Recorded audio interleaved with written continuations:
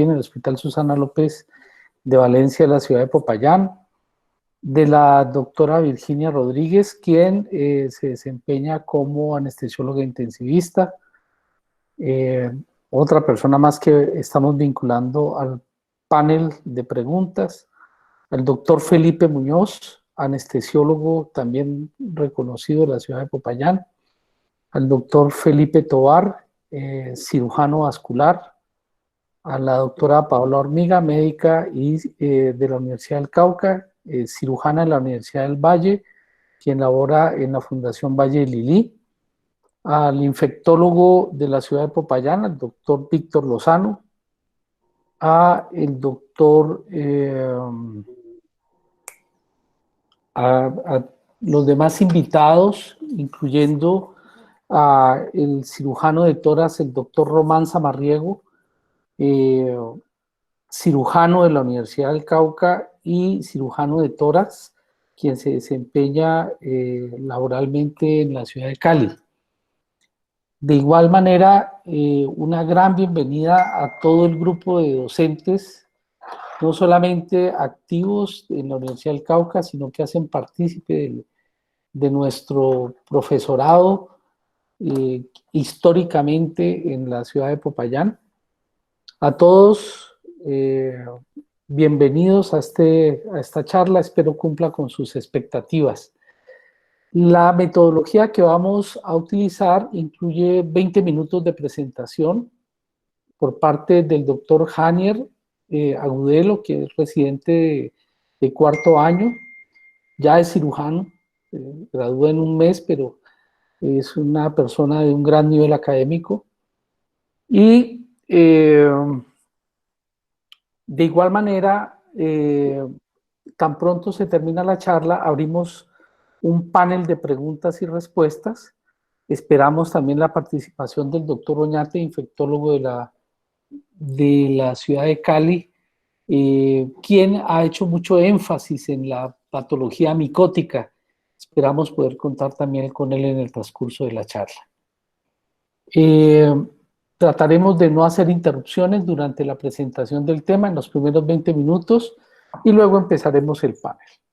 Doctor Janier, por favor, puede iniciar. Bueno, buenas tardes a todos. La idea es participar hoy con el tema de choque séptico. Vamos a tratar de hacer una de 20 minutos para continuar con las preguntas. El tema es muy amplio, vamos a tratar de abordar los temas en su gran mayoría. Obviamente, cada tema en profundidad implica conversación o una charla adicional para desarrollarlos completamente. Nos tiene que quedar claro inicialmente que ya en el 2017 la OMS promovía nuevamente a la sepsis como una enfermedad con prioridad global para darle su manejo. Esto está definido así porque al menos 31 millones de personas sufren cada año un episodio de sepsis y de estas 21 millones de personas, por lo menos 6 millones de personas fallecen.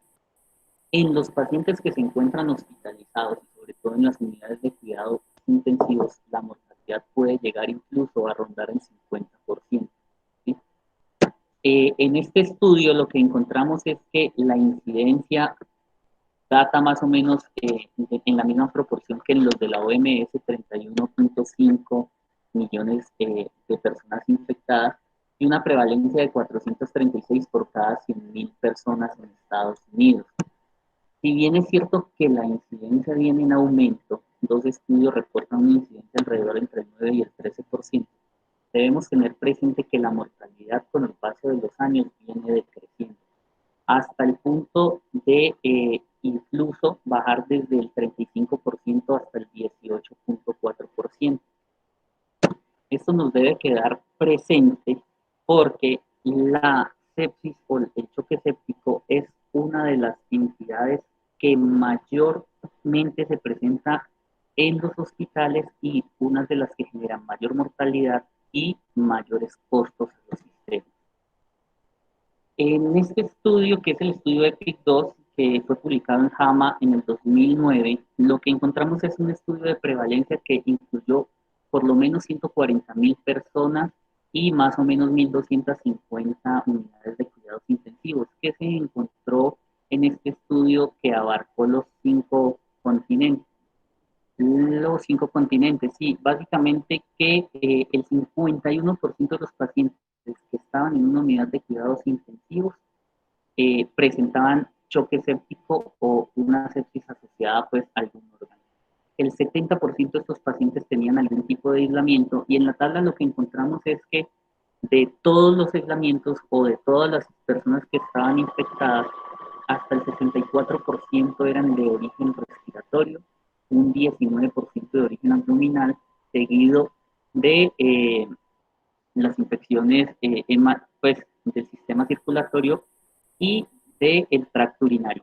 Para Sudamérica, si miramos a nivel, esta es la de todos, y para Sudamérica, si miramos a nivel central de la tabla, se invierte un poco y el tracto respiratorio va seguido de abdominal y seguido de las infecciones de vías urinarias. Los gérmenes mayormente asociados a la presencia de sepsis o choque séptico son los gram negativos con alrededor de un 63%, seguido de los gram positivos y de los hongos como desencadenantes. Hay que resaltar que en los gram negativos, sobre todo, la gran mayoría tienen unas características importantes y es que son bacterias que son glutatión peroxidasa positivas y catalasas positivas. ¿Esto en qué favorece a esas bacterias? Básicamente disminuye el estrés oxidativo de la fagocitosis, lo que hace que puedan persistir eh, durante un largo tiempo en el organismo. Ahora bien, para hablar de una definición de sepsis y choque séptico, realmente es inusualmente difícil definirla. Si bien la podemos reconocer de una forma relativamente fácil, cuando se busca una definición como tal, se vuelve un poco más complejo. Inicialmente, hacia 1991 se hablaba que los signos de respuesta inflamatoria daban un diagnóstico de sepsis o choque séptico, y ya para el 2001 se agregaron unas variables de disfunción orgánica, unas variables inflamatorias, hemodinámicas y de perfusión. ¿Esto qué conllevó? Que básicamente después de agregar esas variables, pues logramos tener una definición de 3 estadios de sepsis. El primero, como vemos en el lado izquierdo, es el paciente que está infectado, pero que no hace ningún signo de respuesta inflamatoria sistémica. El segundo es el paciente séptico que, sumado a la infección, tiene signos de respuesta inflamatoria sistémica dado por temperatura elevada, tiene una frecuencia cardíaca mayor de 90, una frecuencia respiratoria mayor de 20 y tiene leucocitosis.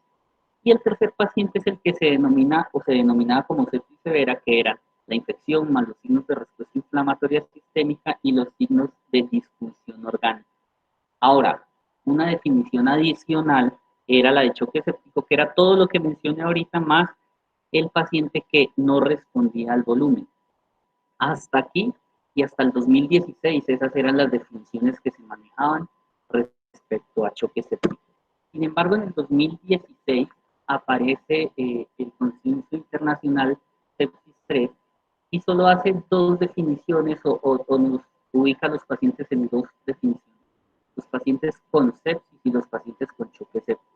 Sepsis es el trastorno orgánico potencialmente mortal provocado por una respuesta desregulada del huésped a la infección. Esa es la definición como tal de sepsis actual. Y choque séptico es un subconjunto de la sepsis y incluye trastornos celulares, metabólicos y circulatorios.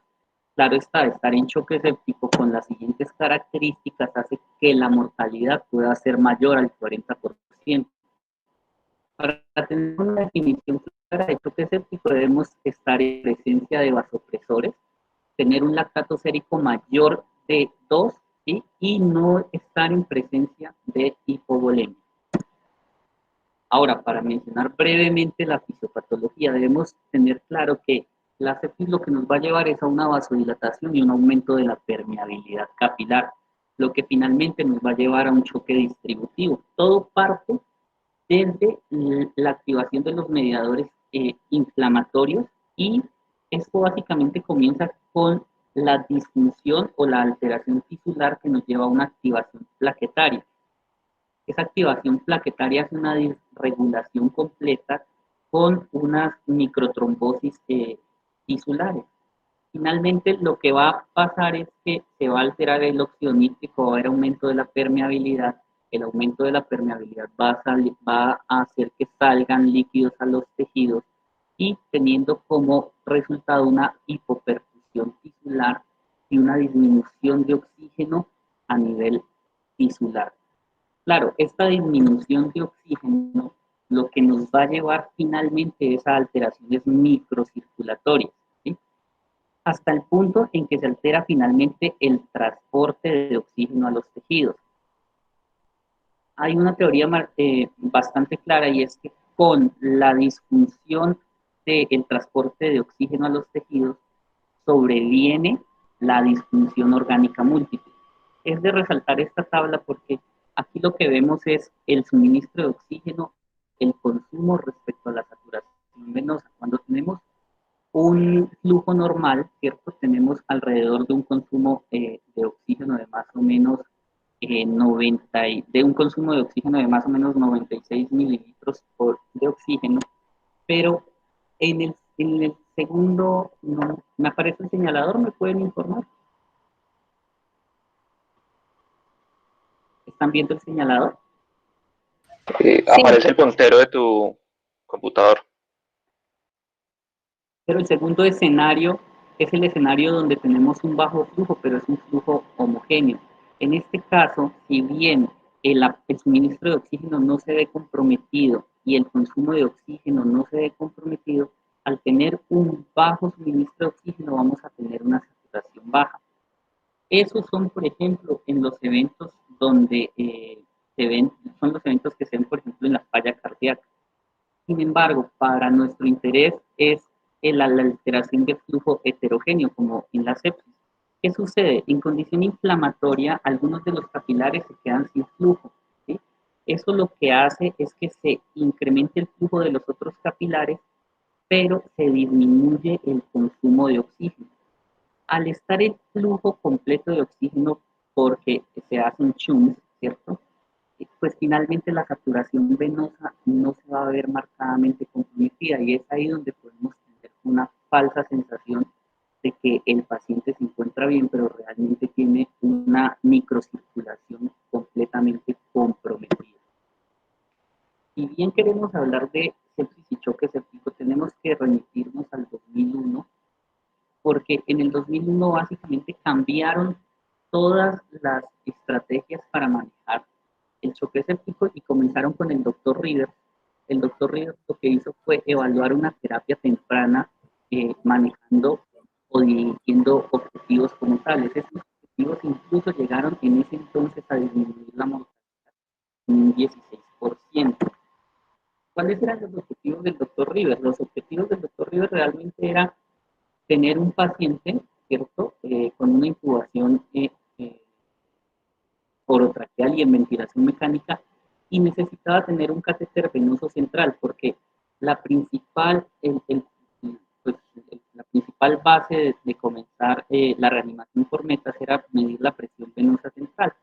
Al medir la presión venosa central, si era menor de 8 milímetros de mercurio, teníamos que iniciar cristaloides o coloides para mantener una presión venosa central de alrededor de 8 a 12.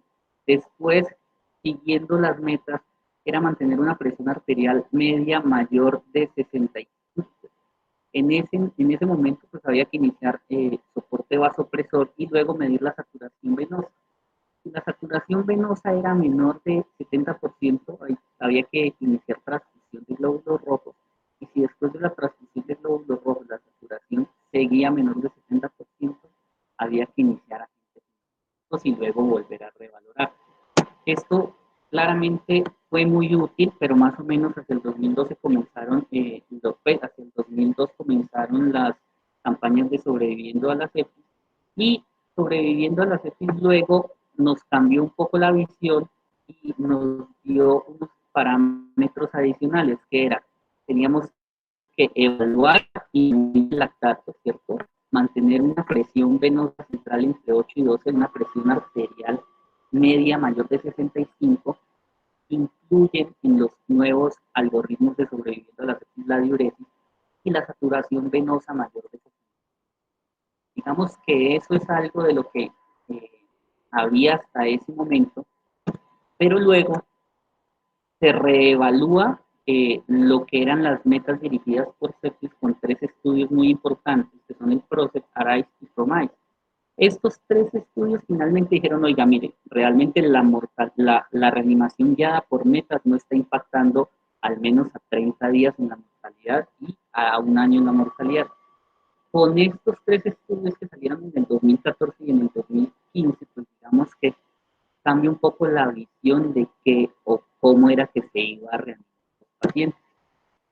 Claro, al culminar estos estudios que tenían un gran soporte en medicina basada en la evidencia, ¿cierto? Se definió que el uso de los objetivos hemodinámicos todavía era viable, pero sobreviviendo a la sepsis en el 2016 no los vio como una recomendación. Y entonces cambia un poco la visión porque se plantean propuestas a 3 y a 6 horas inicialmente de unas metas específicas que vamos a ver ahora, y finalmente en el 2018 esas metas cambian a la hora dorada en la sepsis o al manejo del choque séptico en la primera hora. Entonces, para hablar de lo que les mencioné a lo último, ¿sí? Tenemos que tener claro la campaña de sobreviviendo a la sepsis de 2016 y 2018 y el consenso de sepsis 3.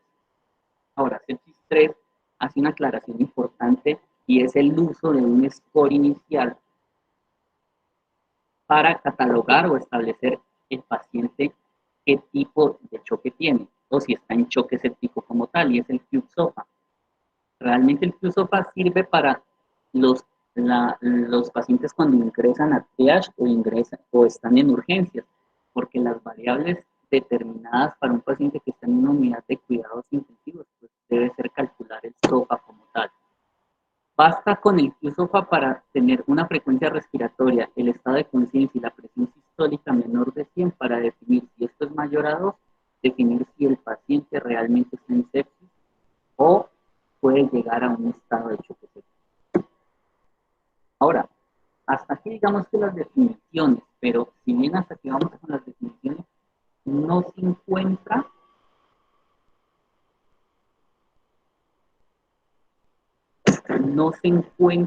realmente, ahí me están escuchando, me dicen que se está entrecortando.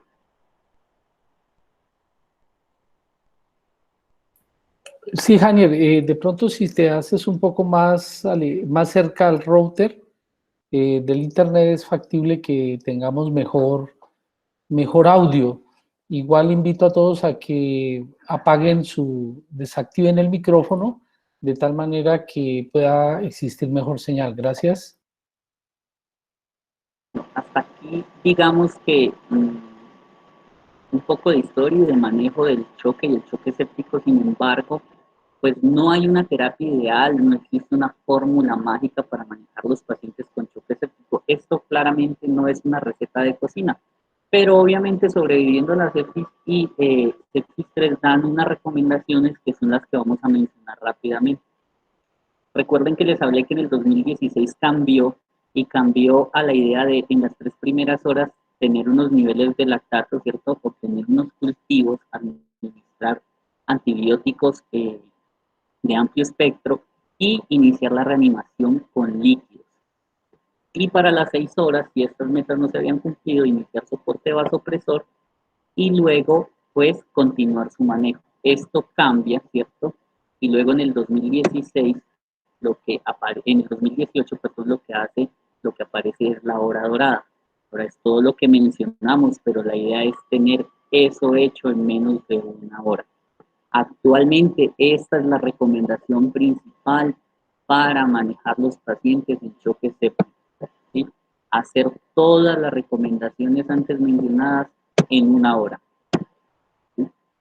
Entonces, las primeras recomendaciones que se hablan de sobreviviendo a la sepsis es que está indicado el uso de terapia antibiótica combinada, ¿cierto? Y no necesariamente tiene que ser de un amplio espectro, pero sí debe cubrir la gran mayoría de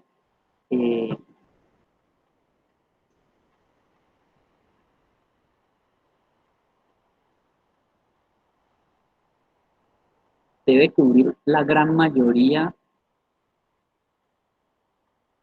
la gran mayoría de espectro antibiótico. Ahí me están escuchando.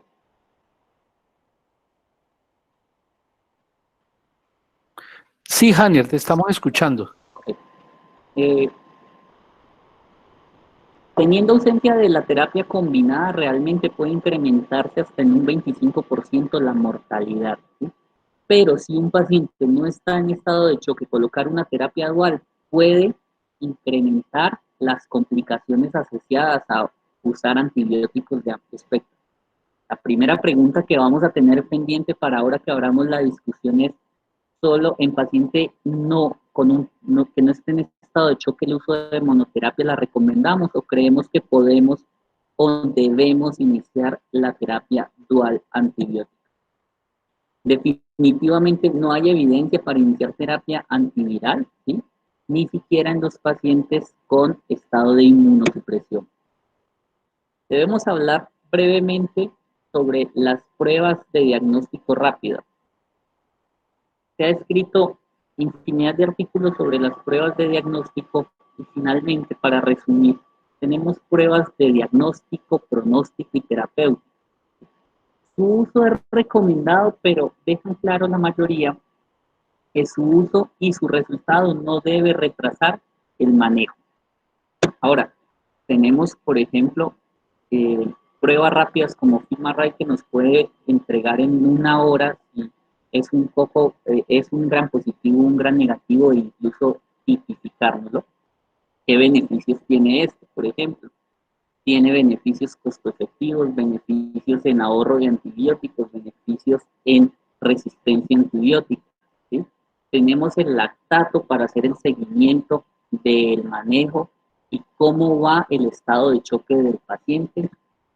Podemos hablar también del gap de CO2, que a mayor gap de CO2 el paciente está en un estado de choque más profundo. Y así podemos ir hablando de la PCR, de la procalcitonina. Todos tienen su indicación en algún momento del estado de choque. Sin embargo, el mensaje que debe quedar es que no somos dependientes de las pruebas para iniciar el manejo y no retrasar el resultado de el choque cerebral. Respecto a líquidos y vasopresores, tenemos que aclarar que los líquidos son el principio fundamental de la sepsis. ¿Cuál es el problema de ellos? Que nos pueden generar edema pulmonar, síndrome compartimental, edema tisular, ¿sí? Para eso debemos tener, y las vamos a mencionar al final, unas medidas estáticas de precarga, ¿cierto? Y unas medidas dinámicas.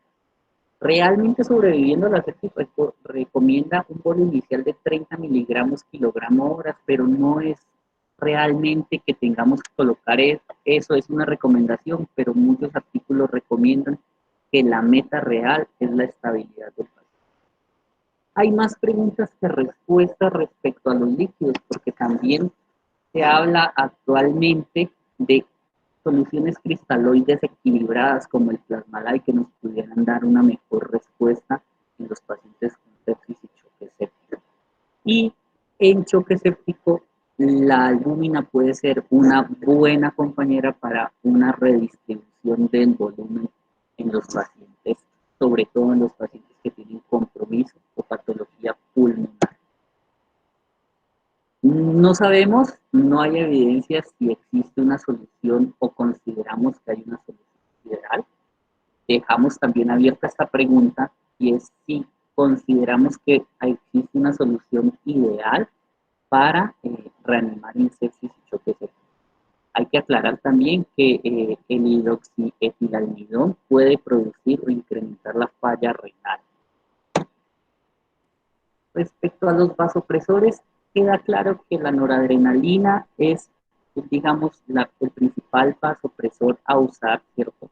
Sobre adrenalina y dobutamina están muy reevaluados y la terapia dual está indicada. La pregunta en los vasopresores que no se encuentra, o digamos que no hay evidencias, bueno, ¿cuándo vamos a usar el segundo vasopresor? ¿Después de qué dosis vamos a usarlo? ¿Usamos un vasopresor tempranamente o idealmente tenemos que esperar la respuesta líquida. Varios estudios concuerdan en que inicialmente podríamos poner líquidos y después un vasopresor tempranamente, aunque no es la indicación como tal de sobreviviendo a la sepsis. Tenemos que mencionar los corticoides, ¿cierto? Y está claro que el cortisol aumenta la presión arterial tanto con acciones directas sobre el músculo liso y a través de mecanismos renales con la regulación del sodio. Se debe prescribir al menos 200 miligramos día y se puede hacer en infusión continua o en bolo y tiene evidencia. Lo que sí se ha quedado sin evidencia es el uso de ácido ascórbico y tiamina, aunque hay un ensayo clínico controlado en curso que todavía no tiene resultados. Debemos hablar rápidamente de la hemofiltración venovenosa y la terapia de reemplazo renal. Hay algunos metaanálisis que están a favor de que el paciente entre en hemofiltración venovenosa continua y actualmente existen filtros que pudieran filtrar moléculas proinflamatorias. La ventilación mecánica está indicada y está indicada una ventilación mecánica pulmonar protectora. Básicamente, para aclararlo, son volúmenes corrientes de 6 miligramos kilogramo de peso, que no superemos la presión meseta de 30, el bloqueo neuromuscular, una estrategia conservadora con el uso de líquidos y una hipercapnia térmica. Aquí esta pregunta es dirigida hacia los intensivistas y nosotros siempre estamos pendientes de la ventilación mecánica protectora y si se usa con frecuencia. No queda duda respecto al apoyo nutricional. Se ha demostrado que alimentar tempranamente a los pacientes es beneficioso y mejora la liberación y el tiempo de estancia hospitalaria. Idealmente la nutrición enteral. No olvidemos que tenemos que tener metas glucométricas entre 140 a 180, la protección gástrica y las medidas de protección frente a trombosis venosa profunda. No nos vamos a detener mucho aquí, pero porque tenemos participantes en la charla que nos van a hablar un poco de las monitorías, pero es claro que la monitoría nos sirve porque no nos podemos quedar ni en una hiporreanimación porque estaríamos reanimando mal, ni hiperreanimando. Debemos tener presentes las respuestas a volúmenes y para eso están las variables estáticas, dinámicas y volumétricas. Tenemos monitoría adicional como vigileo, pico, volume o la monitoría transesofágica. Y finalmente, no olvidar que tenemos actualmente una herramienta a la mano que es la ecografía en cuidado crítico. La ecografía nos sirve para valorar el volumen, por ejemplo, en los índices de colapsabilidad de la cava y ver la contracción subjetiva del ventrículo.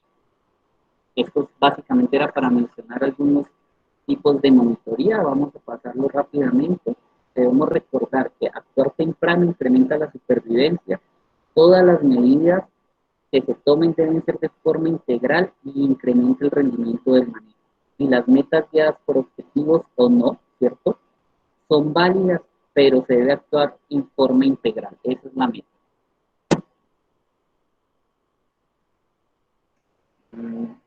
Bueno, muchas gracias, doctor Hanier. Creo que es un tiempo récord tratándose de un tema tan amplio y por esa razón considero que ha sido una muy buena exposición, muy concisa. Le agradezco en nombre de todos los invitados a esta charla el nivel académico de la exposición que ha presentado. Quiero aprovechar en primera instancia y por favor me confirma si está en línea el doctor Marcus Férez, intensivista de Brasil. Doctor Marcus.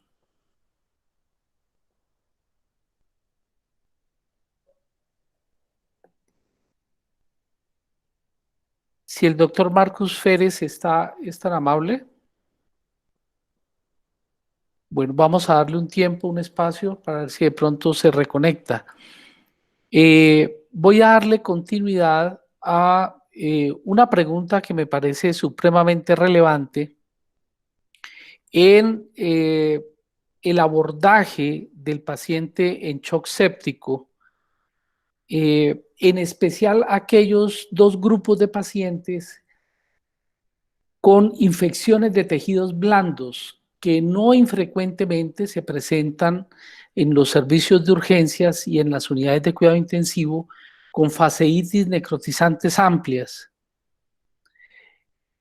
Doctor Víctor Lozano, usted está en línea para que por favor sea tan amable y nos haga su apreciación sobre el abordaje empírico del tratamiento antibiótico de la sepsis de tejidos blandos en el paciente complejo de cirugía. Buenas tardes, felicitaciones al expositor. Una exposición bastante completa, actualizada y con temas bastante críticos en el abordaje del choque séptico. Bueno, como ya lo mencionó el doctor, en la hora dorada, en la primera hora, es muy importante tratar de hacer un manejo antibiótico efectivo. Hay que hacer mención que cuando el protocolo de sobreviviendo a la sepsis menciona los antibióticos de amplio espectro, es una premisa que fue bastante criticada por el gremio de infectólogos. De hecho, hay una editorial bastante amplia sobre ese anuncio. Sobre todo porque, si bien ustedes también han sido testigos, nosotros tratamos de promocionar el uso racional.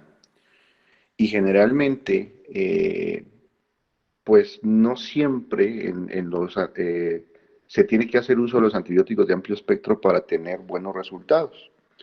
Creo que se hace el análisis muy bien del foco infeccioso, del origen de la sepsis, y de ahí en adelante ir orientando sobre los posibles gérmenes implicados y asimismo aplicando el conocimiento que tenemos a nivel local del aspecto de resistencia. Básicamente esos son los parámetros que tenemos en cuenta para poner manejos empíricos, y un muy buen ejemplo es el manejo de la sepsis de origen de tejidos blandos. Generalmente son sepsis y los gérmenes que causan este tipo de sepsis, más que progresan a choque séptico, son gérmenes bastante agresivos. Y básicamente los decidimos o los dividimos en dos tipos de pacientes. Los pacientes que pueden tener una flora en piel normal y los pacientes que pueden tener disrupciones de la flora local por algunas características fisiopatológicas que pueden cambiar el pH en la piel o que tienen alto grado de colonización por gérmenes intrahospitalarios o gérmenes un poco más complejos o atípicos en la piel, como los gram negativos. Entonces, el primer grupo, que son los pacientes que vienen de la comunidad y que no tienen alguna condición patológica que altere la biota en la piel, como es ser paciente diabético, inmunosuprimido o usuario de esteroides, son pacientes que van a estar básicamente colonizados por gram positivos. Entonces, en estos pacientes, el compromiso o tener como agente etiológico probable un gram negativo es bastante improbable, muy improbable. Tener, por ejemplo, en un paciente sin estos factores de riesgo como causante de una sepsis en piel, diferente al área urogenital, tener una E. coli o una Klebsiella es bastante infrecuente. Obviamente pueden haber eventos en los que haya contaminación, como los accidentes, por ejemplo, cuando hay contaminación por materia fecal, donde es posible, pero la mayoría de estos eventos no son frecuentes. Entonces, en un paciente con un choque séptico de origen en piel, donde vemos un área de eritema, un área de necrosis, no relacionada al área urogenital o anal, entonces básicamente son estreptococos, estafilococos los que van a estar presentes. Ahora, el tratamiento ideal en este momento serían medicamentos bactericidas rápidos, como son las cefalosporinas de tercera, haciendo un cubrimiento bastante rápido para estreptococo, como la ceftriaxona, y agregarle vancomicina. Generalmente en este tipo de sepsis es donde tiene mucha utilidad clindamicina, porque los gérmenes que están implicados en este tipo de sepsis son productores, la mayoría, de toxinas. Entonces se ha formulado un probable efecto adicional, además de ser un bacteriostático, es la actividad directa sobre ribosomas que me va a disminuir la producción de esas toxinas. Por eso se explica que en los estudios donde han utilizado clindamicina como medicamento ayudante, ya la mayoría vancomicina o auxacilinas, les va mejor en estos brazos, porque tiene además un efecto bloqueante de la producción de toxinas. Obviamente el espectro cambia cuando tenemos un paciente diabético o un paciente donde tenemos algunos factores disruptores de la biota de piel, donde hay que tener en cuenta los gram negativos, como los pacientes diabéticos, por ejemplo, los pacientes que utilizan esteroides. Entonces, también en ellos podemos tener en cuenta, de acuerdo a la resistencia, básicamente las BLE. Si tenemos muchas BLE en nuestro medio, más del 20% de aislamientos en la comunidad, tenemos que ir con un medicamento que bloquee ese tipo de producción de resistencia de beta-lactamasas. Básicamente, en choque se debe utilizar un medicamento de amplio espectro que aborde ese tipo de resistencia y sea un bactericida rápido. En ese aspecto de resistencia, definitivamente meropenem es el mejor. Si tenemos un porcentaje de resistencia menor, probablemente ceftriaxona o cefotaxime, hablando de condiciones que pueden llegar a una hipoalbuminemia o a una disfunción, es muy importante. Entonces, de esa manera se debe orientar el abordaje de un choque séptico de origen en piel, haciendo mucho caso a si definitivamente es un paciente que va a estar colonizado con gram negativos o con gram positivos. Doctor, muchas gracias. Aprovechando su presencia, doctor Lozano, en calidad de infectólogo de la ciudad de Popayán, quisiera hacerle la segunda pregunta sobre el manejo empírico de la sepsis abdominal en el paciente quirúrgico. ¿Este paciente debe abordarse con monoterapia? ¿Y cuál es su opinión de la efectividad del descalonamiento en este tipo de pacientes? Mil gracias. Ok, doctor. Pues aquí también aplica la primera condición. La primera condición es si el paciente tiene riesgos de algún germen resistente. Básicamente hay varios scores donde nos pueden orientar, pero el antecedente de haber utilizado antibióticos de amplio espectro previamente o tener una hospitalización o un procedimiento invasivo dentro del hospital o en una institución nos debe llevar a pensar que puede estar implicado un germen resistente. En una sepsis abdominal, definitivamente el medicamento número 1 es meropenem. En el caso de tener alguna probabilidad de resistencia, pensando que podamos tener una implicación inclusive de algunos gram negativos no fermentadores, pero meropenem sería la ideal. Cuando es un paciente de la comunidad que no tiene ningún tipo de riesgo, y ustedes mismos lo han visto en la experiencia que tienen en San José, el esquema que utilizan de ceftriaxona metronidazol es bastante efectivo. Nosotros tenemos en el hospital una tasa de resistencia en la comunidad de BLES que cuando se depura la tasa de los pacientes solamente de la comunidad no supera el 14%. Entonces nosotros todavía tenemos una maniobrabilidad, un rango de acción en el uso de cefalosporinas de tercera generación. Y es un medicamento que cumple con muchas de las características que se requieren en el paciente inestable o con choque séptico, que es que se concentre muy bien en todos los tejidos, que no tenga un rango de toxicidad alto, y que además de eso se pueda manejar en unas dosis plenas y que sea un bactericida rápido. Entonces, también se tiene que dividir y clasificar muy bien.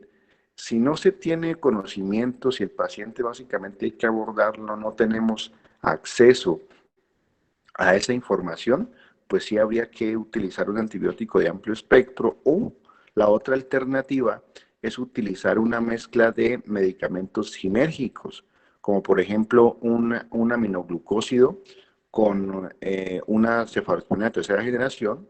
La cefalosporina de tercera generación pues me aborda los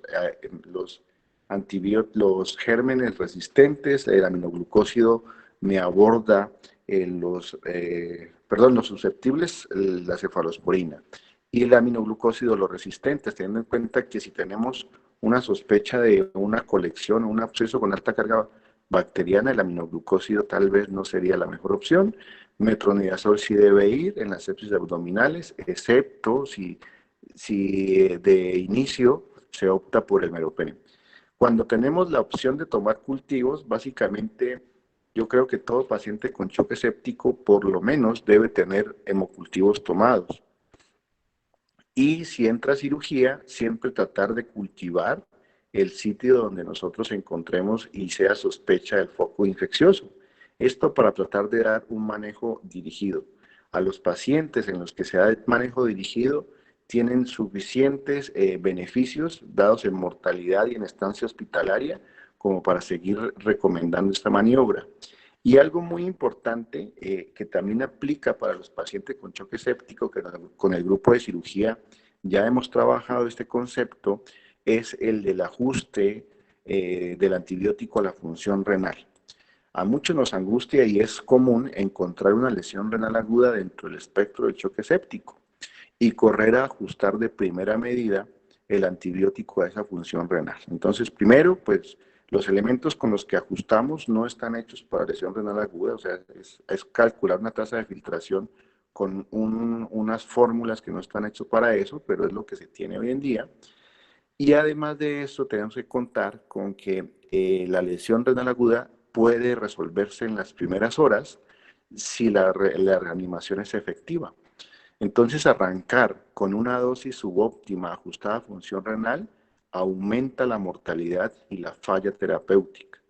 Entonces, la primera recomendación es, cuando indiquen un antibiótico en pacientes con choque séptico, por lo menos en las primeras 48 horas no ajusten a función renal.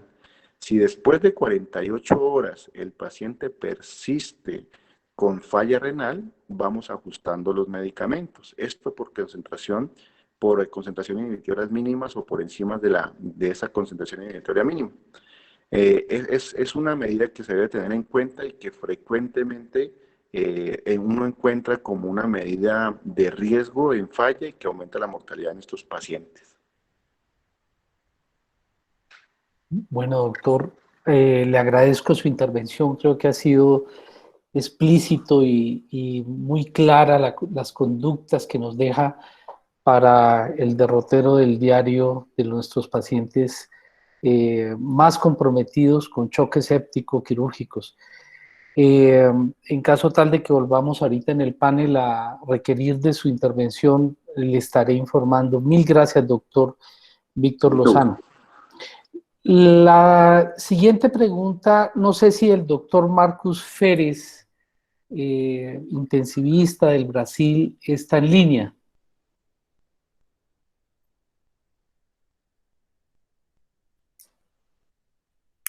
Doctor Marcus Férez.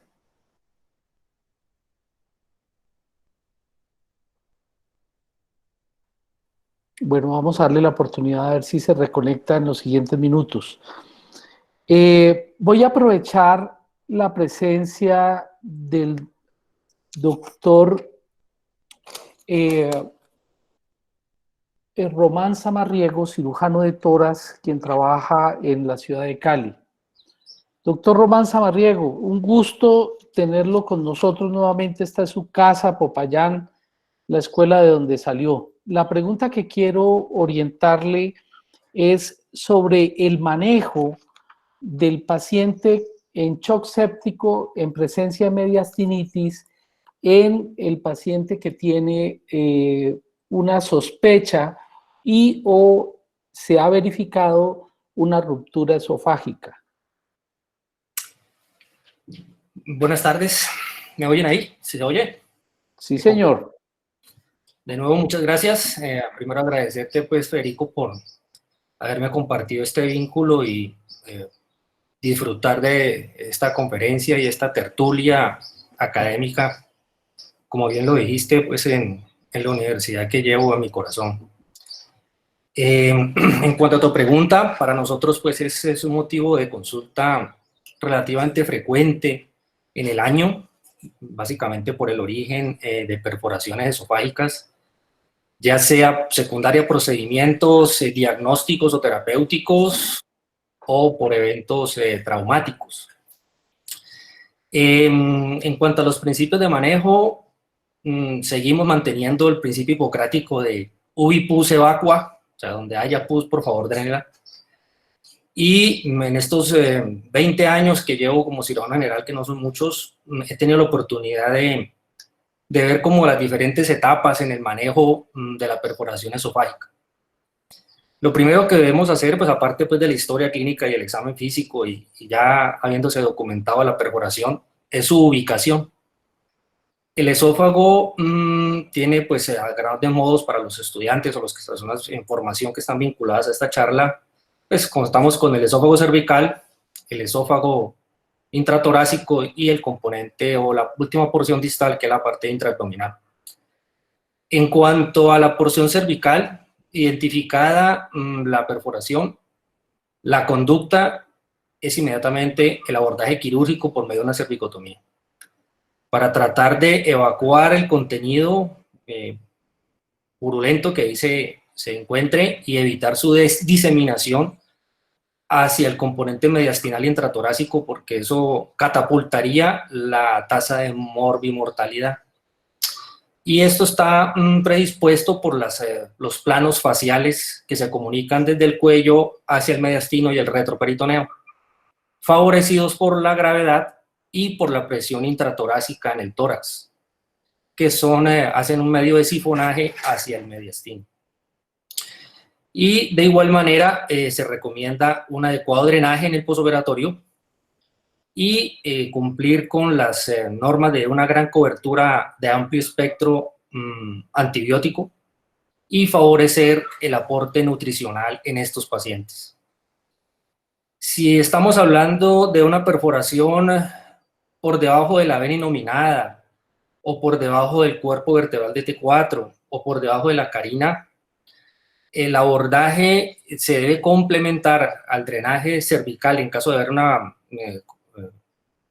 demostrarse infección a nivel cervical, el abordaje intratorácico del lado que esté afectado, y básicamente lo podremos dilucidar por las imágenes diagnósticas como la escanografía o la presencia de derrames pleurales. Ante la presencia de derrames pleurales se está indicado el abordaje de esa cavidad torácica involucrada, ya sea por videotoracoscopia o por una toracotomía lateral limitada o una posterolateral, con la intención de controlar el espacio pleural y hacer una apertura longitudinal amplia de las pleuras mediastinales, para evitar la reacumulación del foco infeccioso a nivel mediastinal, que se drene el espacio pleural y a través de los drenajes pleurales pues salga del organismo, logrando así controlar el proceso infeccioso, sumado a su vez a la cobertura antibiótica amplia, para lo cual siempre tomamos de rutina cultivos para gérmenes, aerobios, anaerobios y hongos. No tener en cuenta que en estos casos, pues muy frecuentemente, no es suficiente una sola cirugía. Estos pacientes se deben monitorear estrictamente y la clínica y los laboratorios te van diciendo si algo malo ocurre. Si hay persistencia del foco o respuesta inflamatoria, se está autorizado para hacer un nuevo control de imágenes, específicamente con tomografía, y así poder acceder nuevamente al drenaje que se necesite y en las múltiples oportunidades que se requieran. En los últimos años se están hablando, sobre todo en el componente intratorácico, de un protocolo híbrido El híbrido da cabida o da lugar a la utilización de stent, que son stent parcialmente cubiertos. Cuando hablo de parcialmente cubiertos es que sus extremos no están cubiertos para favorecer el anclaje. Y básicamente la indicación está en perforaciones esofágicas menores a 6 centímetros o en los cuales, o parte del esófago cervical distal, como hablaba, por debajo de la vena inominada. Esto sumado o complementado al drenaje quirúrgico, a la cobertura antibiótica y al aporte nutricional, o en los casos en perforaciones mayores a 6 centímetros en las cuales se intentó un reparo primario y no fue suficiente. Se complementa con el stent. Y con eso se ha logrado sobrellevar esta situación y sacar adelante a algunos de los pacientes. Eso era. Bueno, Román, te agradezco mucho. Gloriosa infantería. Te estaré molestando en los minutos que siguen si te volvemos a requerir. Con todo gusto. Haré pendiente. La siguiente intervención le corresponde al doctor Oñate. El doctor José Oñate es especialista en medicina interna e infectólogo de la ciudad de Cali. Doctor Oñate, ¿usted se encuentra en línea?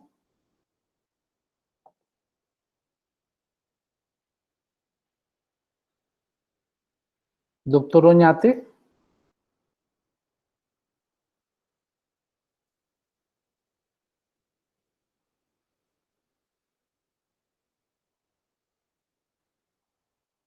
No sé si el doctor Oñate de pronto se encuentre todavía en la línea.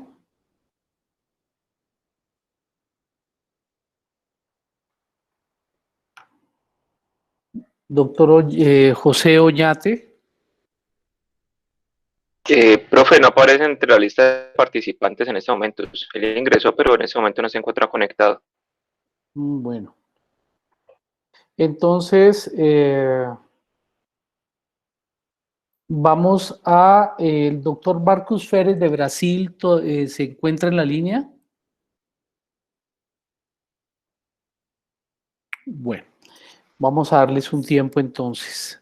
Quiero aprovechar la presencia de la doctora Virginia Rodríguez, anestesióloga intensivista, para que nos haga un abordaje rápidamente de la valoración de la microcirculación, especialmente en aquellos servicios como urgencias y salas de cirugía en la cual el espectro del paciente crítico en shock séptico se presenta y no se tienen todos los elementos avanzados de monitoría de una UCI. La doctora Virginia está en línea. Buenas tardes. Aló, ¿me oyen? Sí, sí, buenas tardes, doctora. Siga, Bueno, por favor. primero agradecer por la invitación a esta charla. Segundo, felicitar al doctor Hanier porque definitivamente es todo un reto académico condensar en 25 minutos este tema, más cuando ya venimos haciendo jornadas de la semana de la sepsis, donde se abordan cada uno de estos temas. Y en su presentación tuvo la relevancia de los artículos que más impacto han tenido, digamos, en los últimos tiempos. Hablar pues de hipoperfusión y de la valoración integral de esta es todo un temario extenso. Sin embargo, creo que es fundamental que jamás olvidemos, primero que todo, cómo nos enseñaron a hacer nuestra evaluación del paciente, historia clínica, evaluación clínica, tocar al paciente, visualmente el aspecto del paciente, y uno con eso se empieza a dar cuenta de qué tan hipoperfundido o no está el paciente, desde el hecho de cómo habla, está orientado, neurológicamente cómo se está comportando, sus mucosas, en sí, la evaluación y el examen físico, que es algo que jamás se debe olvidar de hacer antes de irnos con herramientas diagnósticas elaboradas. Si bien nuestro medio no es no está dotado de todos los elementos. Sí hay equipos disponibles para evaluar microcirculación. Hay que entender también que todo esto es un proceso de disoxia celular, que es un impacto en el metabolismo y en la respiración celular, lo que nos está desencadenando la condición de shock séptico. Y hablar de hipoperfusión como un tercer estadio, digamos como se estaba viendo en las evaluaciones iniciales de lo que era sepsis, es pensar ya tardíamente. La hipoperfusión se da desde momentos en que la infección se está generalizando, antes de que nosotros podamos determinar incluso los típicos signos de respuesta inflamatoria sistémica. A la cabecera del paciente, no necesariamente en cuidado intensivo, se disponen de muchos elementos que uno puede tomar para evaluar esa microcirculación. A nivel de paraclínicos, en una de sus diapositivas está la evaluación del delta de CO2 como un parámetro que me puede indicar tempranamente tanto el diagnóstico y el grado de hipoperfusión como la evaluación posterior y rápida para evaluar qué tanto estoy recuperando a mi paciente. Y ya como un elemento un poco más específico, siempre tendremos a la mano, puede ser por ejemplo el NIRS, o lo que se conoce como el espectroscopio infrarrojo a nivel sublingual, que es donde se puede determinar la heterogeneidad capilar y el grado de severidad de esa heterogeneidad y cómo de la misma manera poder responder en cuanto a los retos de volumen o a la terapéutica que se esté instaurando. Fundamental, como lo hacía ver en su presentación, que hay una hora específica para reanimar al paciente. Después de esa hora, lastimosamente los resultados se verán opacados por esa misma tardanza y por eso la invitación a siempre estar pensando en qué tan rápido debo actuar para mis pacientes. Otras medidas de evaluación de hipoperfusión o no, podría ser a través de las variables dinámicas evaluadas con ecografía, que tanto como me evalúan, me podrían ayudar para evaluar la respuesta y el impacto en la reanimación del paciente.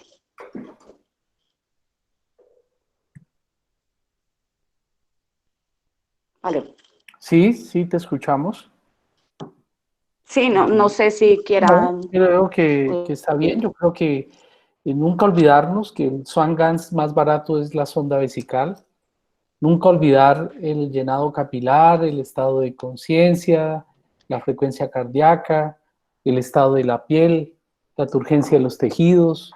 Todos esos elementos de los que tú has hablado son supremamente relevantes. Hay que meter dentro de los signos vitales la glucometría, la saturación parcial de oxígeno, que se logra con un simple pulsoxímetro.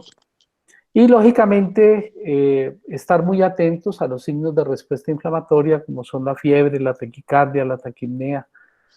Doctora, muchas gracias por su intervención. La tendremos presente en cualquier otro momento de la charla. Mil gracias. Quiero aprovechar también la presencia de la doctora Paola Hormiga, quien es cirujana, terminó su pregrado en la Universidad del Cauca y luego hizo su especialidad en la Universidad del Valle y ahora se desempeña como cirujana general de la Fundación Valle de Lilí. Doctora Paola, quisiera que nos cuente su experiencia y cómo están en este momento abordando pacientes en shock séptico con pancreatitis abscedadas y que tengan compromiso de la vía biliar, especialmente colangitis y o vesículas biliares que se encuentran hematizadas con piocolecistos en presencia de pancreatitis aguda severa. Doctora. Hola, buenas tardes a todos. Antemano agradezco la oportunidad de escuchar esta charla, por lo demás, de excelente calidad. Respecto a la patología biliar y el choque séptico, tengo que decir que en nuestra práctica clínica los criterios de Tokio nos han ayudado mucho a simplificar el manejo de estos pacientes, gracias a toda la revisión de la literatura que hicieron estos investigadores. Nosotros, en nuestro ejercicio clínico aquí en la ciudad de Cali, además de trabajar en la Fundación Vallerelli, también trabajo en la clínica Amiga, tenemos en cuenta dichos criterios. Entonces se supone que estamos ante un paciente, sea con colecistitis aguda o con colangitis, en unos criterios grado 3 según la clasificación de Tokio.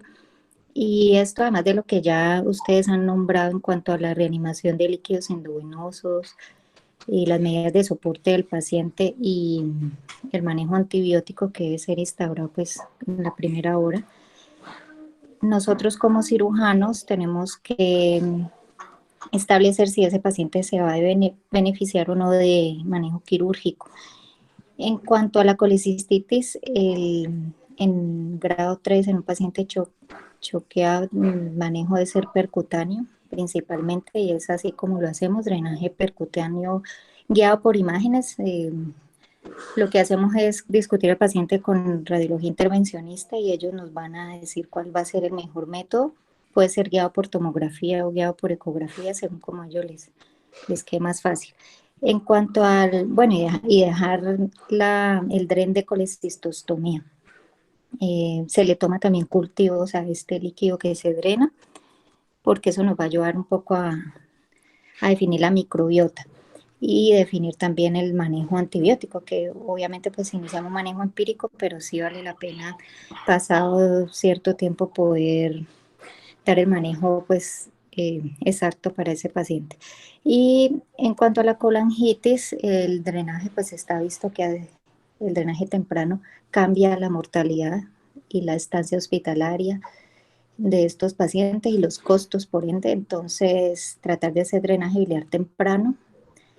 Se discute mucho si el paciente se puede llevar a CEPER o a drenaje percutáneo. Eso va a depender mucho del estado clínico del paciente, porque pues si bien el CEPER tiene más riesgos de complicaciones o de iatrogenia, se supone que estos pacientes pueden estar coagulopáticos, entonces a veces digamos, hay que decidir cuál será la mejor técnica, si CEPER o drenaje percutáneo vía transparieto-hepática. Nuestra experiencia es más con la realización del CEPER. En realidad se tiende más a realizar drenaje de la vía biliar vía CEPER. Y en cuanto a las colecciones pancreáticas, estos pacientes se tratan de drenar vía percutánea. La mayoría de veces lo hacen por radiología intervencionista guiada por tomografía. En los 3 casos, una vez el paciente se recupere de su estabilidad hemodinámica y salga de la sepsis, lo ideal en lo que cabe es llevar a una colecistectomía, teniendo en cuenta pues, que se trata de una patología biliar. Pero debe primero pues estabilizarse el paciente. Bueno, doctora, mil gracias por su intervención. También, por favor, para que se quede en el panel para las preguntas que puedan surgir. Claro que sí, muchas gracias. Doctor Felipe Muñoz, ¿se encuentra en línea?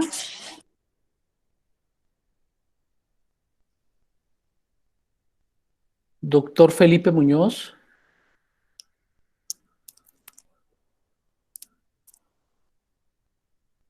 Si el doctor Felipe Muñoz se encuentra, por favor. ¿Cómo está? Buenas tardes. Buena tarde. Quisiera realizarle una pregunta, usted que se desempeña como especialista en anestesiología y tiene que frecuentemente estar atento a las urgencias de pacientes con shock séptico. Los anestésicos en su comportamiento como depresores circulatorios y o toda la técnica anestésica incluye parte del abordaje en su continuo del manejo del paciente con shock séptico. ¿Existe alguna contraindicación anestésica para diferir los procedimientos? ¿Y cuál usted considera que sea el mejor momento para la realización de drenajes, de colecciones, de laparotomías o de abordajes de tórax en el paciente con choque séptico?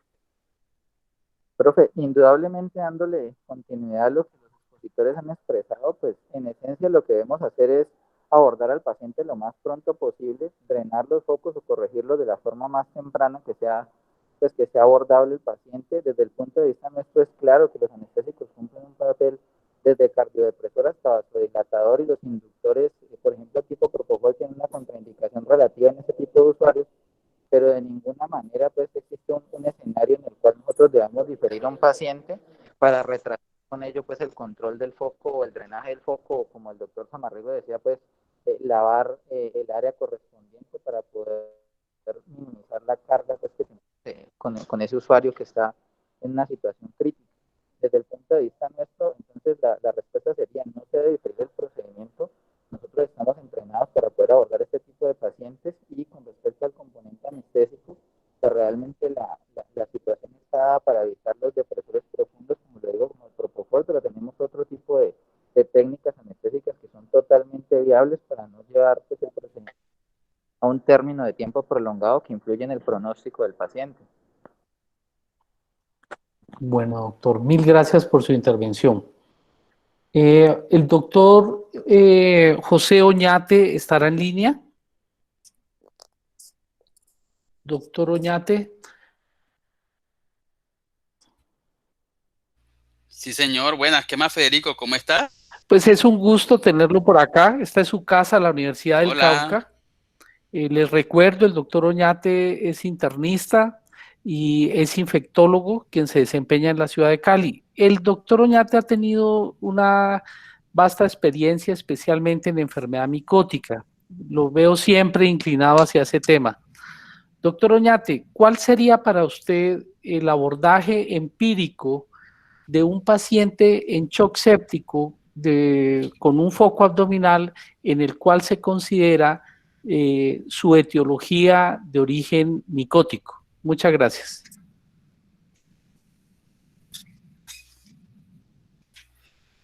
Bueno, buenas tardes a todos. Gracias, Federico, y bueno, mil gracias a ustedes también por esta oportunidad de explorar estos espacios nuevos que nos deja la tecnología.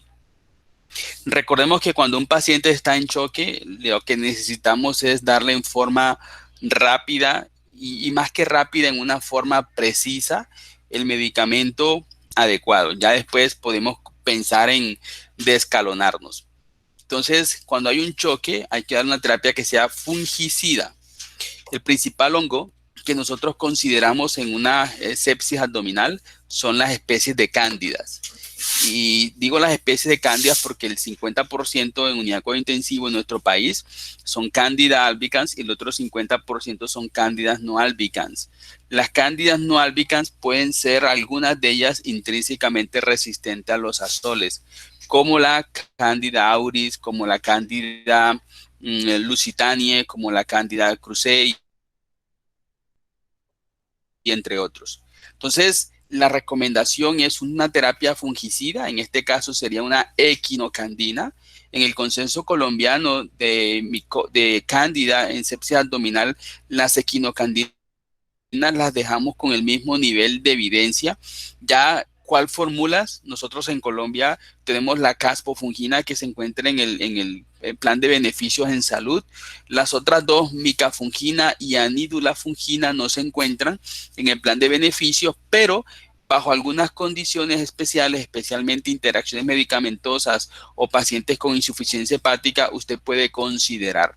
Recordemos que caspofungina, la dosis de carga, en equinocandina siempre hay que dar en las 3 una dosis de carga y luego una dosis diaria. La duración del tratamiento dependerá de la evolución clínica. Generalmente el tratamiento es de 2 a 3 semanas, y cuando el paciente mejore clínicamente y tengamos susceptibilidad del espécimen, podríamos considerar de escalonar después de un tiempo de 5 a 7 días de haber recibido el tratamiento con equinocandinas. ¿Alguien del panel tiene alguna pregunta adicional para el doctor José Oñate?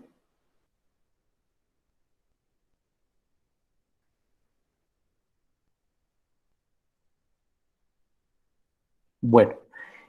Yo tengo una pregunta.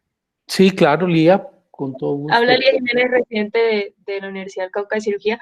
Quería preguntarle al doctor sobre cuándo considera el uso de la terapia anticipada, por ejemplo, cuando hablamos de Candida score y toda esta parte en los pacientes, que siempre ha quedado como esa pregunta en el aire de cuándo hacer la terapia o no.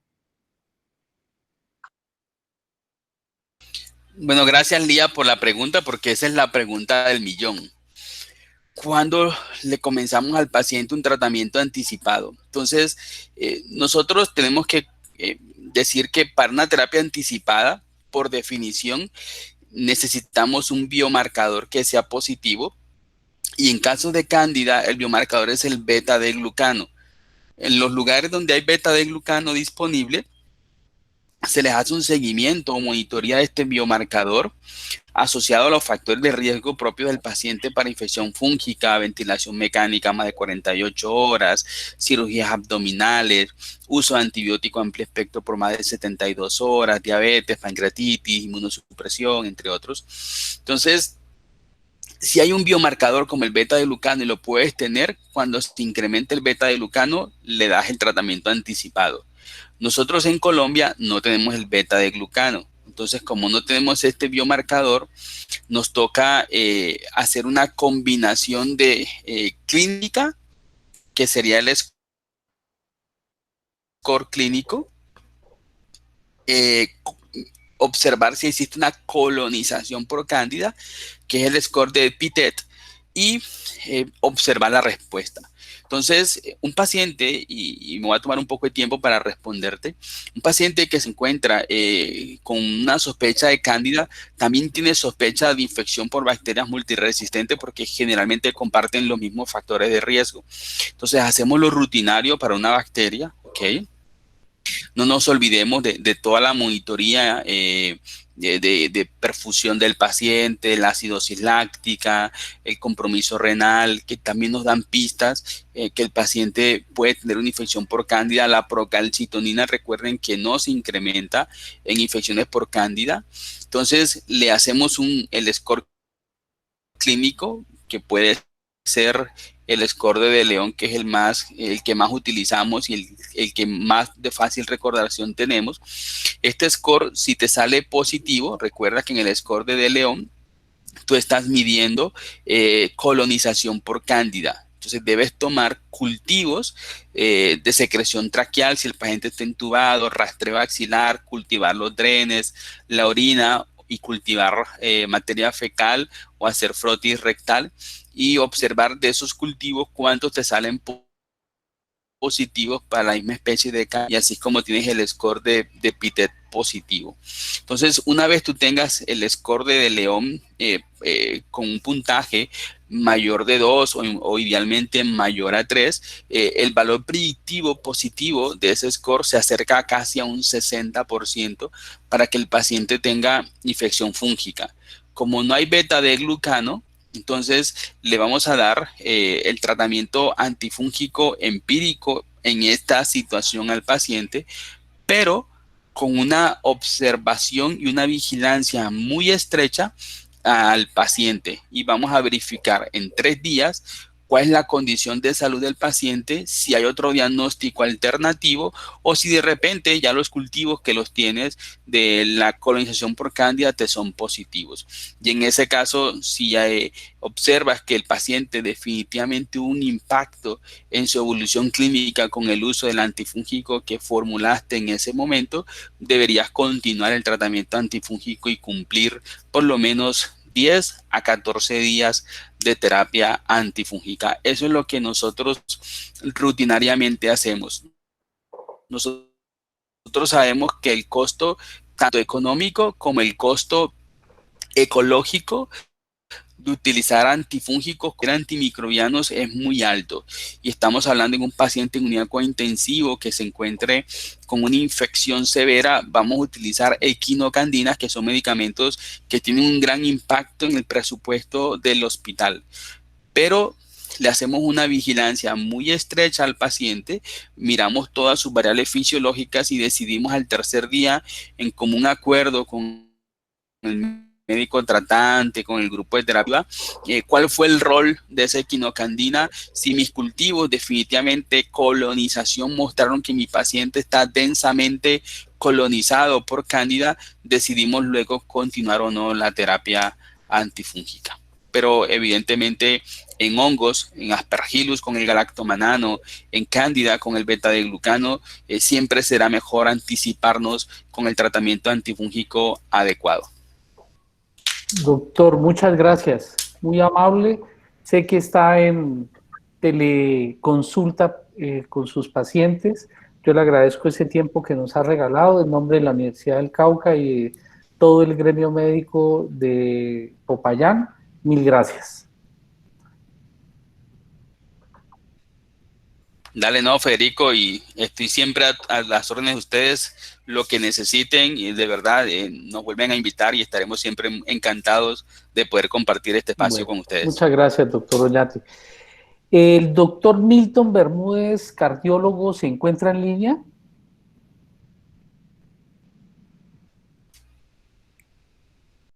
¿Me pueden informar si de pronto el doctor Bermúdez se encuentra en línea? ¿O el doctor Marcus Férez? Profe, el doctor Bermúdez no aparece y el doctor Férez creo que no se ha vuelto a conectar. Él estuvo conectado al inicio de la charla, pero no lo he vuelto a ver conectado. Bueno, démosles un tiempo entonces. Quiero aprovechar, no sé si también se encuentra en línea el doctor Felipe Tovar.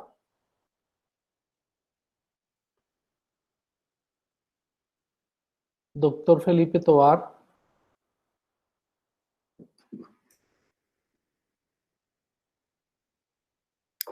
¿El doctor Felipe Tovar se encuentra en línea? Bueno. No, profe, tampoco aparece. Bueno. Doctor Herrera. Doctor Federico, ¿me oye? Sí, señor. Quiero hacerle una pregunta muy puntual. Como es conocido, usted ha dedicado mucho de su tiempo al manejo de la patología del cuello. Quisiera saber cuál es su opinión sobre el manejo conservador versus abierto. Ayer tuvimos esa premisa de ser una clínica con mucho abordaje conservador, mucha apreciación conservadora del manejo quirúrgico de las complicaciones. De los abscesos profundos del cuello, ¿cuál es la conducta que usted considera acertada en estos casos? Primero me quiero referir a felicitar al grupo de residentes de la Universidad del Cauca por este escenario, ¿cierto? Que lo llamaría yo Ateneo. Ateneo siempre ha sido nuestro nombre que le hemos dado a tener nuestras reuniones científicas y más ahorita cuando por estos medios nos podemos comunicar con el resto de la parte tanto de Colombia como del mundo. Igualmente me quiero referir a la importancia que tiene esta conferencia debido a que el enfermo en condición clínica es quizás uno de los retos más complejos que hay para toda la parte en salud. Las decisiones y las intervenciones que se ejecuten frente a cada situación deben ser llevados con máximos patrones de seguridad. Y esto es lo que hace en este momento que estemos acá. Referente a su pregunta, sí creo que llevo incursionando casi unos 14 años en cuello. ¿Y qué es lo primero que tendría que decirle yo en cuanto a las infecciones del espacio profundo del cuello que surgen más comúnmente de un foco séptico, generalmente en los dientes o a nivel de mandíbulas, amígdalas, la parótida, los glandos cervicales profundos, el oído medio, la parte de los senos paranasales? Dado que estas infecciones tienen a medida un inicio como muy rápido y pueden progresar rápidamente a complicaciones que pueden ser potencialmente inclusive mortales, tales como no se pueden subestimar en determinado momento su alcance y su gravedad. Cuando nos referimos al cuello es muy importante tener en cuenta la anatomía, ¿no? Recordar que todos son fascias, que tenemos la fascia cervical profunda y en ella existen, ¿cierto?, la parte superficial, media y profunda, que tienen que considerarse como unos cilindros, ¿cierto? Y ahí seguramente la continuación de que se refería al doctor Román hacia la parte del mediastino. Y entonces estas infecciones del espacio profundo son realmente típicamente polimicrobianas y representan una flora residente y normal en estas superficies de las mucosas donde sería la infección.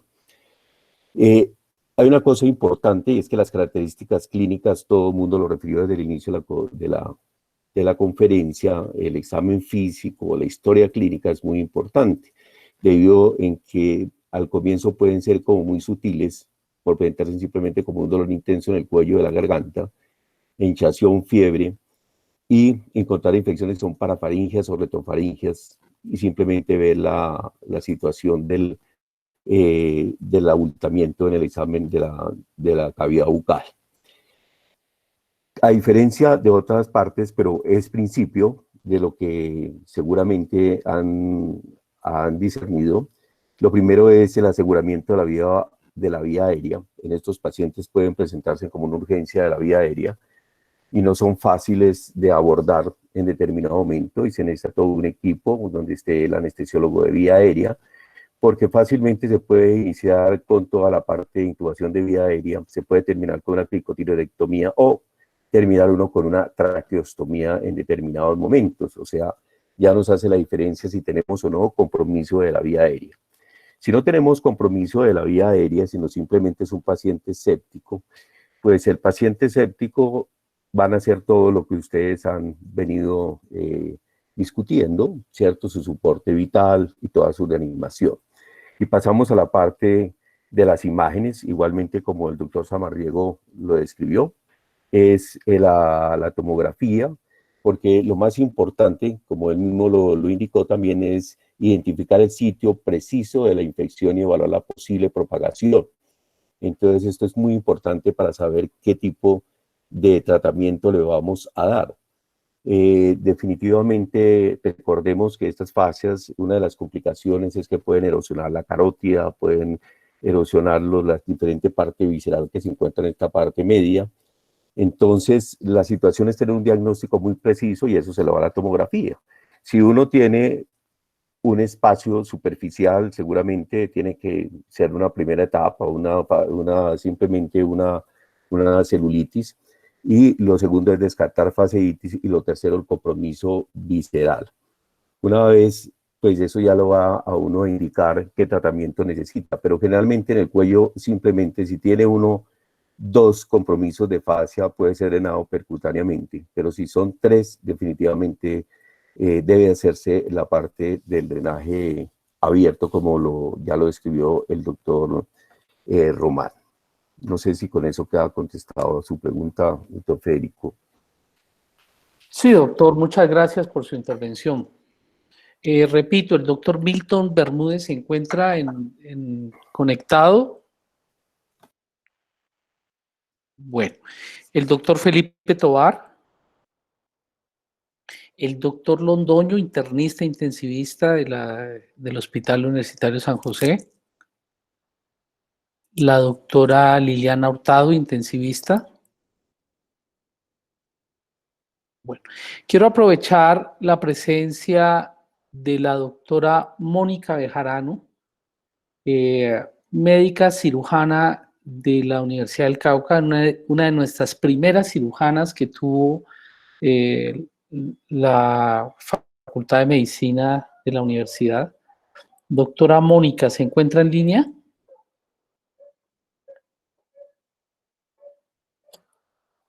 La doctora Mónica Bejarano todavía se encontrará en línea.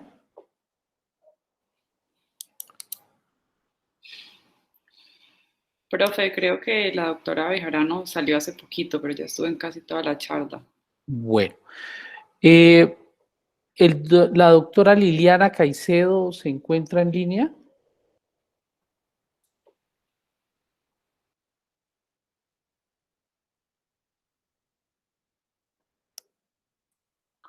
La doctora Liliana Caicedo. No, profe, tampoco está. El doctor Vallejo.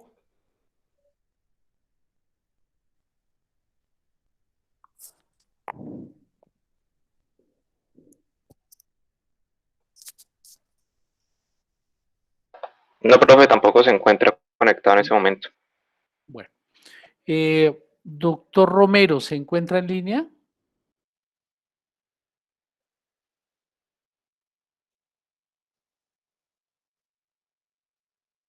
No, profe, el profe Romero se desconectó hace unos 10 minuticos aproximadamente. Ya. El doctor Alexei.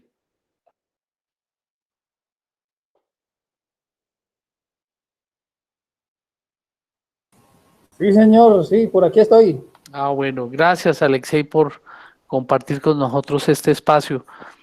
Alexei, cirujano de la Universidad del Cauca, muchas gracias por tu siguiente intervención.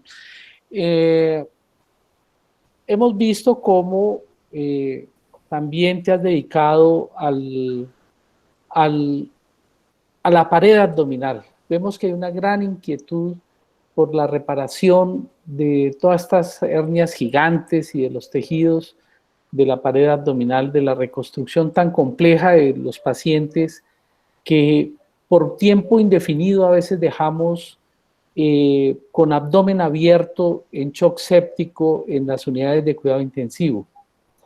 Quisiera que nos hagas un comentario, ¿cuál es la percepción que tienes sobre el momento más adecuado del cierre abdominal para evitar estas complicaciones posteriores y qué hacer en casos de pacientes con shock séptico, infección de pared abdominal, a la cual ya se le ha hecho reparaciones con malla? Gracias.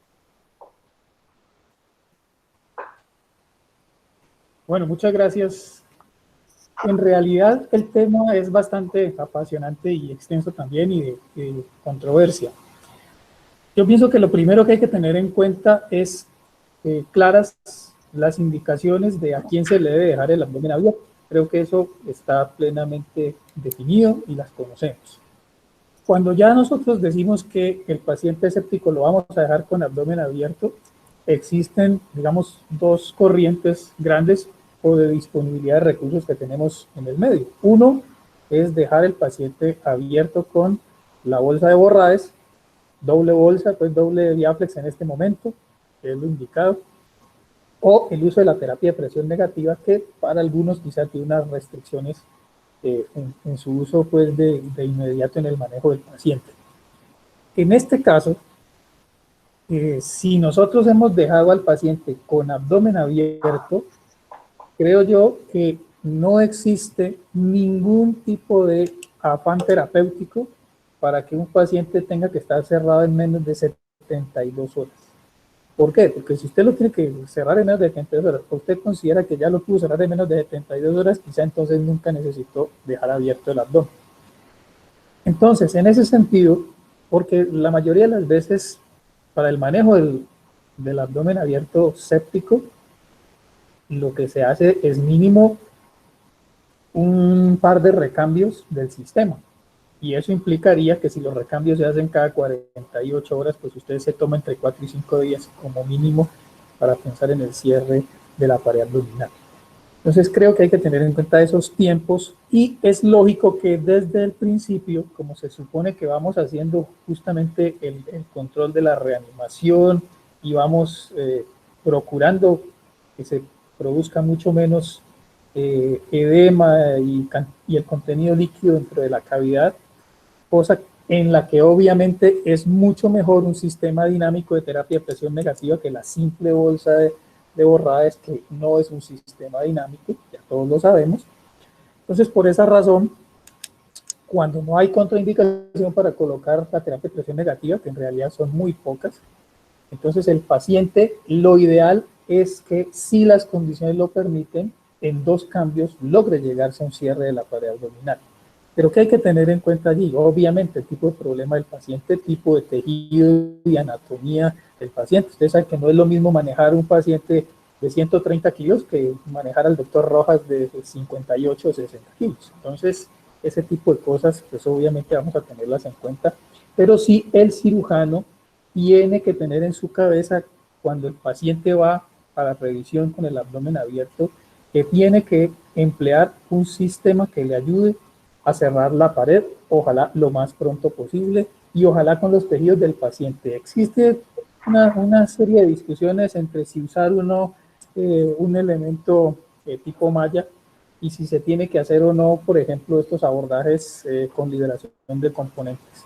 Hay gente que está a favor, hay gente que está en contra, pero definitivamente, sea cual sea la disposición del recurso que se tenga, desde tener los simples puntos de aproximación a la fascia con un problema, con un PDS, o un sistema dinámico con cierres, velcros, o el sistema de presión negativa, que les insisto siempre, el sistema también genera la posibilidad de ir trayendo la fascia, que es quizá lo más difícil, porque si logramos al final solo cerrar la piel, pues el paciente está quedando con el problema de la hernia, que luego se lo tendremos que solucionar. Entonces creo que esos son los puntos claves a tener en cuenta. Muchas gracias. Bueno, muchas gracias, doctor Alexei. El doctor Mesa, cirujano oncólogo, hace una pregunta que quisiera saber si el doctor William Romo se encuentra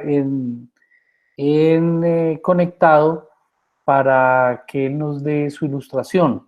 Doctor Romo. Hola, sí, buenas tardes, por aquí estoy, con mucho gusto. ¿Qué hubo, mijo?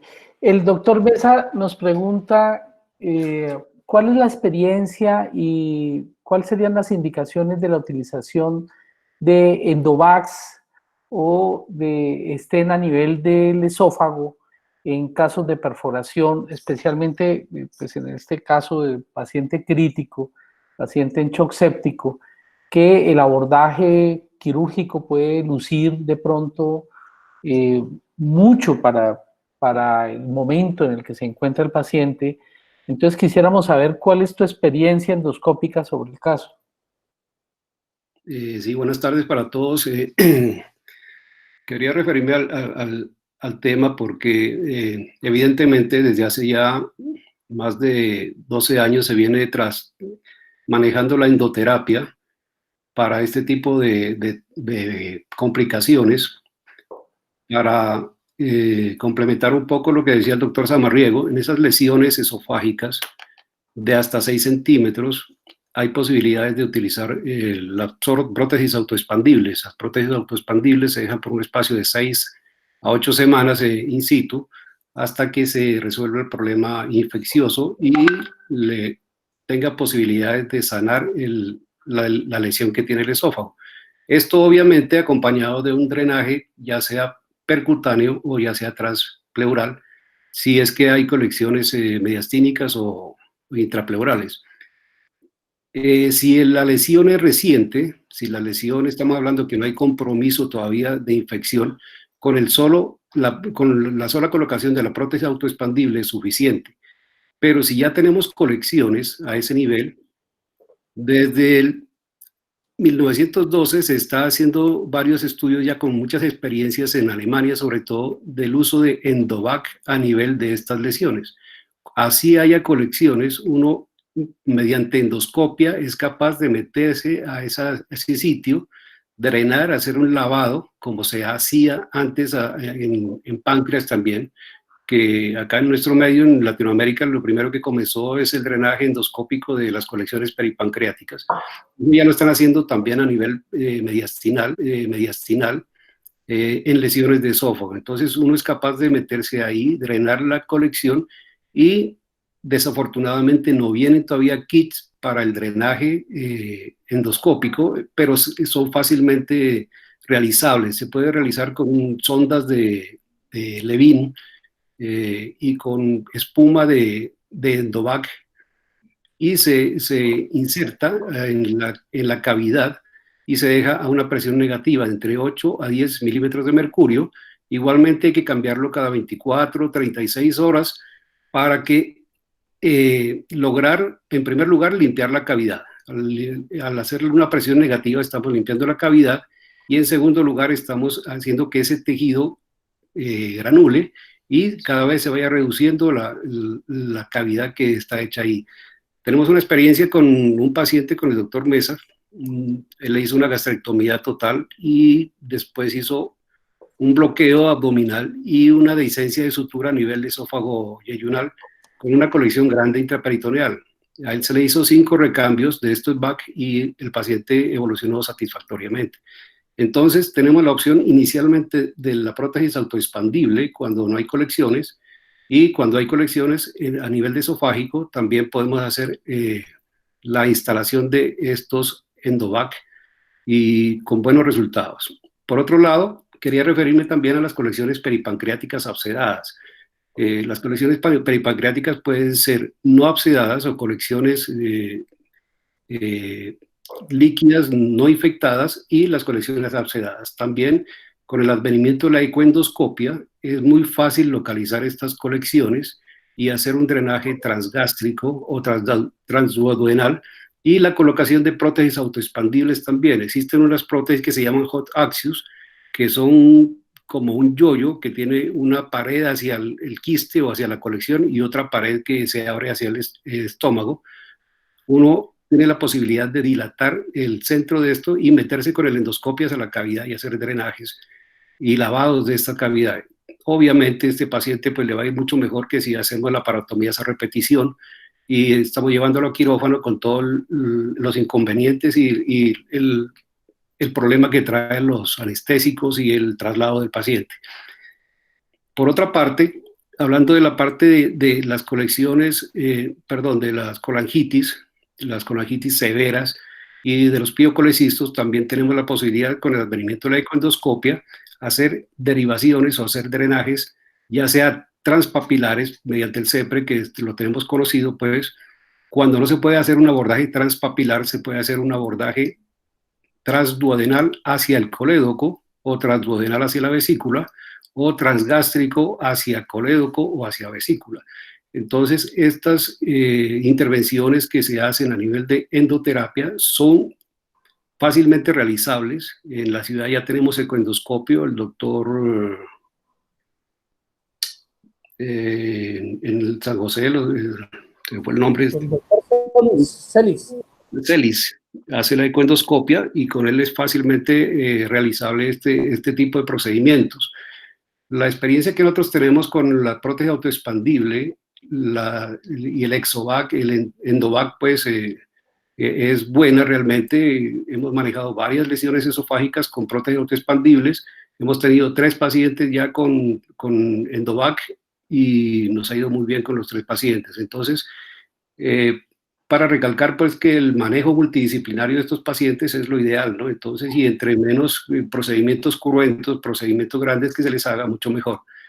Yo creo que con eso respondo a la pregunta. Bueno, sí, señor, muchas gracias. Pues ustedes entenderán que este tema es supremamente amplio, que esto es un tema de días enteros de quedarnos gratamente revisando muchos aspectos quirúrgicos del paciente en shock séptico. Quiero responder una última pregunta que formula la doctora Cecilia Manzano.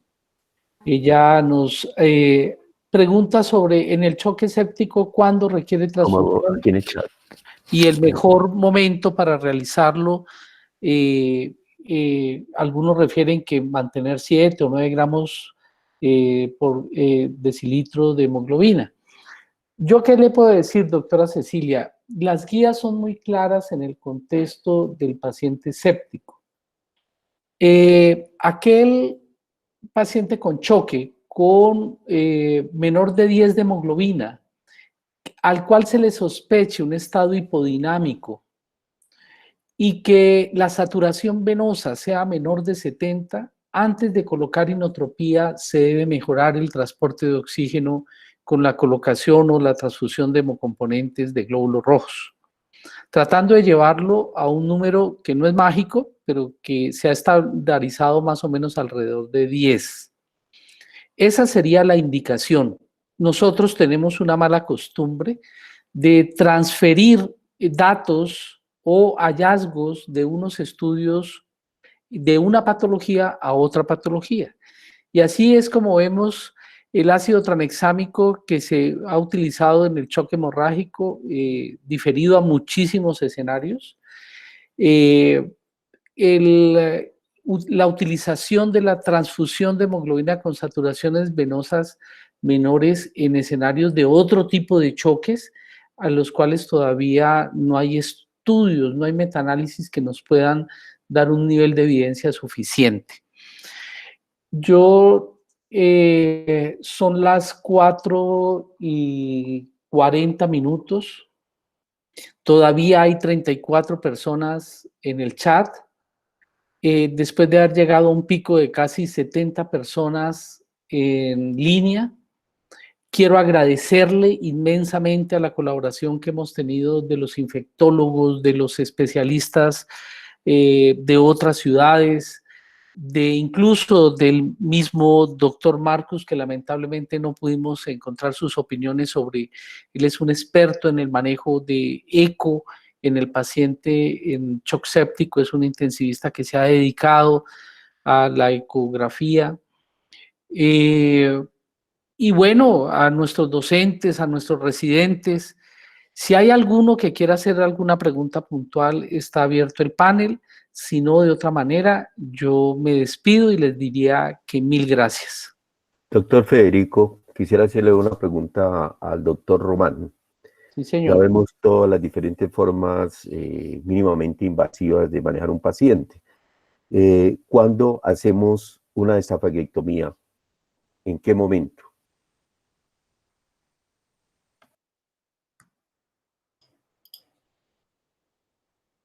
¿Ahí me oyen? Sí. Sí, señor. Bueno, aunque con Jack Daniels se le escucha mejor. Pronto será.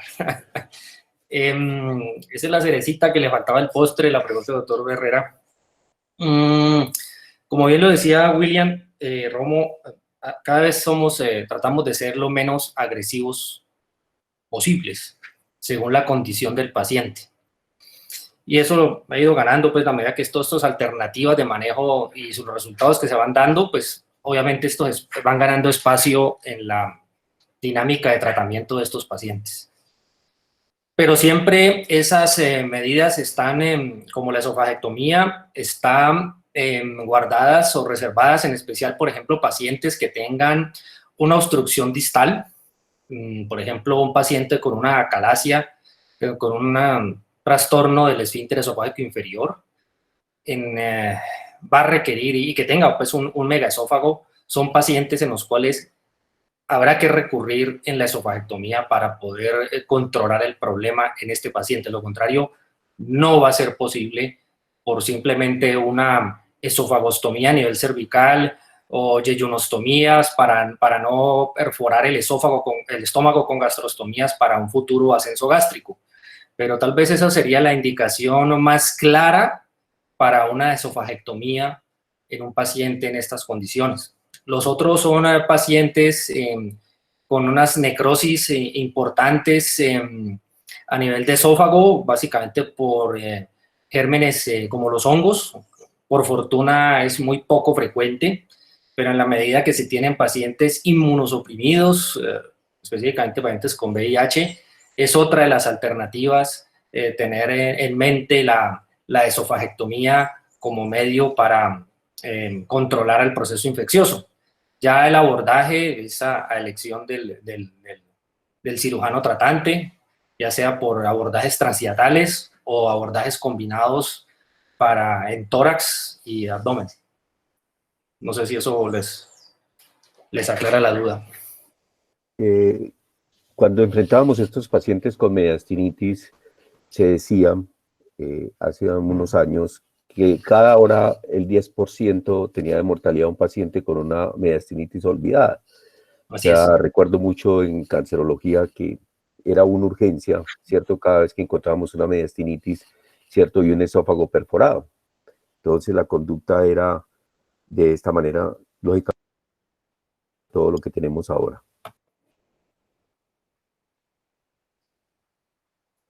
del panel de residentes o del grupo en general tienen alguna pregunta?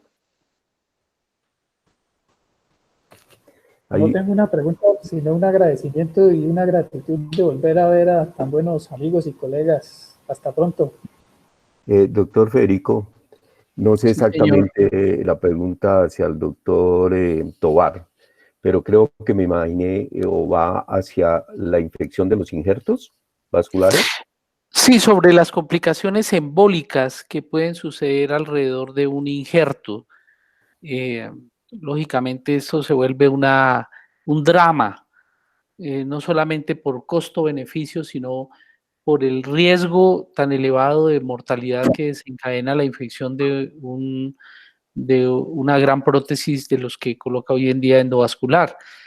Lamentablemente, pues no tengo al doctor Felipe Tovar, pero hubiera sido un aporte para mí importante en esta charla. Hay algo, doctor Federico, en el cual nosotros los hemos discutido con Felipe. También lo llevé a una discusión de vasculares cuando se infecta un injerto vascular, ¿no? La infección de un injerto vascular es retirarlo. Pero yo quisiera ir antes de una presentación que hicimos con algún residente en trauma, y es qué pasa cuando es decir, la parte séptica está en la prevención. Y una de las cosas que está es cuando uno enfrenta al paciente con un trauma vascular y eso conlleva a la aorta y resolvemos poner un injerto. Entonces, una de las series de cosas es que no hay trauma vascular mayor intraabdominal que no se acompañe del intestino.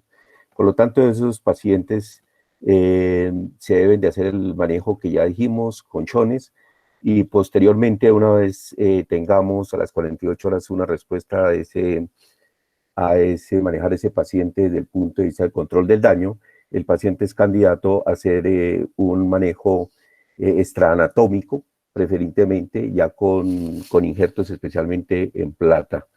Eso es muy importante porque estos pacientes cuando se infectan es igual a muerte. Bueno, doctor, mil gracias. ¿Alguien más del panel, por favor? Profe, agradecerle a todos los participantes por estar presentes y recordarles que estamos haciendo estas charlas casi a diario. Para los que se deseen conectar, les vamos a compartir el link.